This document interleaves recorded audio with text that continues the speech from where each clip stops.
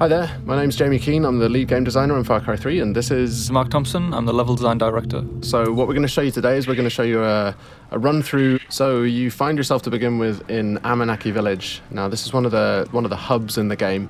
It's kind of a friendly area where you can rest, recuperate, you're going to feel a bit of the life of the world, but you're never under threat here. You can also do things like you can go to the store and buy new weapons and things like that, but it's basically your safe haven in the world. I was out hunting this morning, got lucky. So at this point, if you look at the mini-map, it doesn't have a lot of useful information on it. Actually, it's almost entirely useless, apart from the radio tower icon you can see there.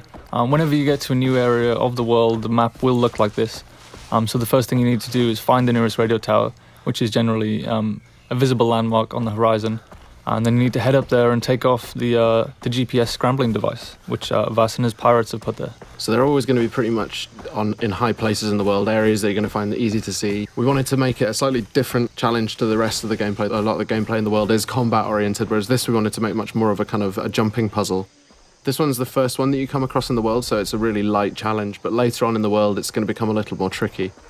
We want to emphasize that feeling of vertigo, so you're going to have some pretty gnarly jumps to try and make.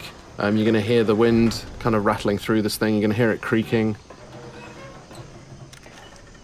So later on it becomes much more of a challenge, but for now this is a pretty easy one. It's a fairly straightforward route straight up to the top. Yeah.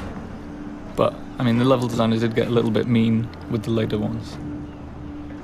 More than a little bit, I'd say, yeah. Some of them, but in a good way.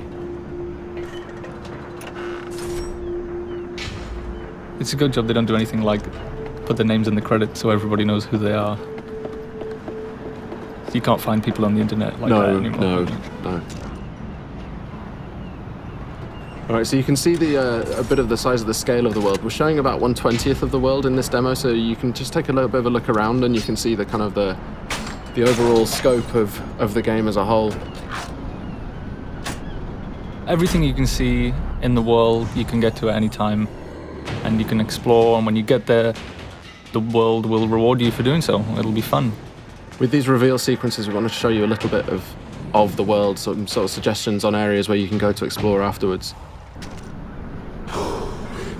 If you take a look around in the horizon as well, you'll see these kind of black smokestacks. Now, these are the outposts that are scattered around the world. They're probably your best next step. So you can see the big red areas on the map. They dictate that the pirates control this part of the world. So when you move around the world, you might be ambushed, you might come across roadblocks as you're driving around.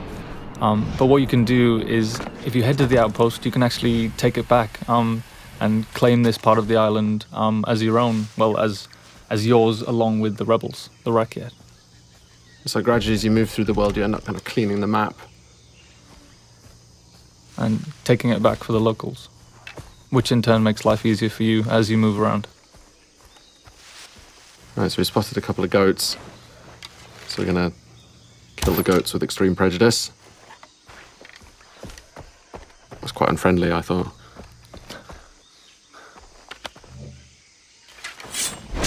That was more unfriendly, though. Yes, certainly. Yeah.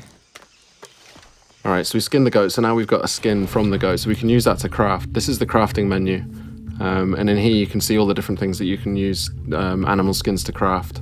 Right now we're going to go and we're going to craft a weapon holster, which is going to let us then carry 4 weapons. The loadout that you have in this demo is a little bit, we kind of cheated slightly just so that it was more fun to play for the demo, but normally you would have to build up from pretty much nothing. You know, you start off in the world and you start off like Jason starts off in this world. You know, he's this young 25-year-old guy without much of a clue, and he's kind of got a gun and nothing much else, so there's a parallel there between the way that Jason starts in the world and the way that you start in the world.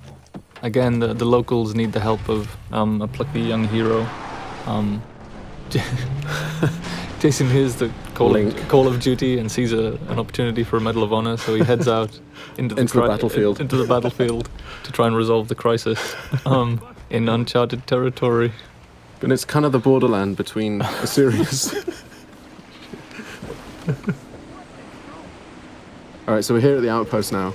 Now we've got the camera out, which is going to give us a kind of a bit of a chance to look around and spot some enemies, tag them so we can work out a better route, a better path. This is one of the things that wasn't part of Far Cry 2 really, but it was a cool feature in Far Cry 1 that we liked, so we brought it back. And these outposts as well, they're going to really change the feel of the world. If you take them out, then you control the area, and then the Rakyat are going to move in. It's no longer going to be enemy controlled, it's going to be friendly controlled, so it's much easier for you to move around in the world. But you've got to take it out first. And one of the things you want to avoid is getting these guys to set the alarm off. So you can approach it just all guns blazing, or you can charge in and well, not charge in fact, but take it a bit easier and try and do more of a stealth route. Spot the guys first, try not to get spotted. If they do spot you, they're going to run for an alarm, so you want to stop them setting that alarm off.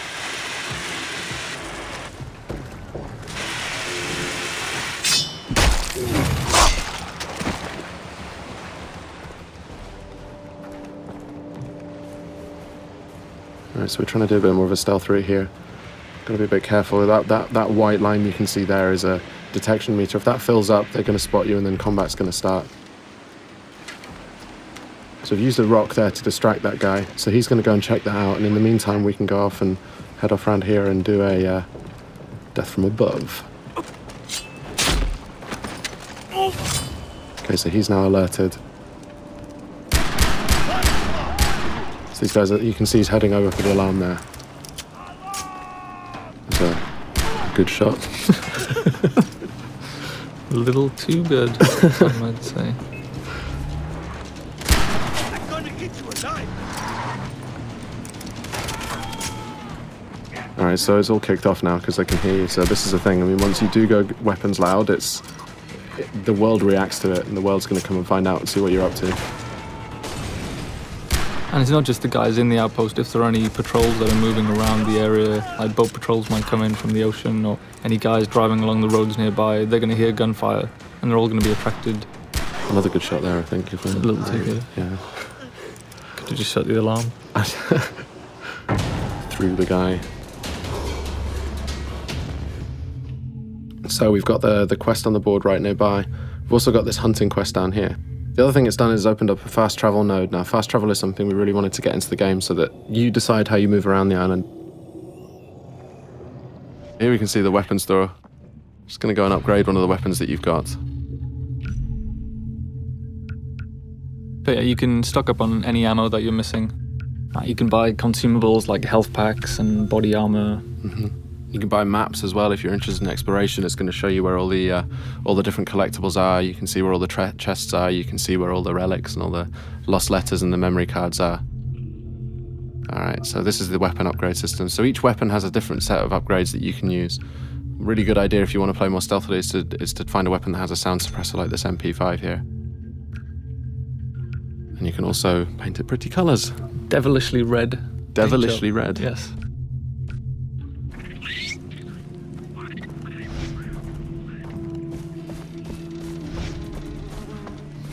Alright, moving up to take this quest, which is just on the board over here.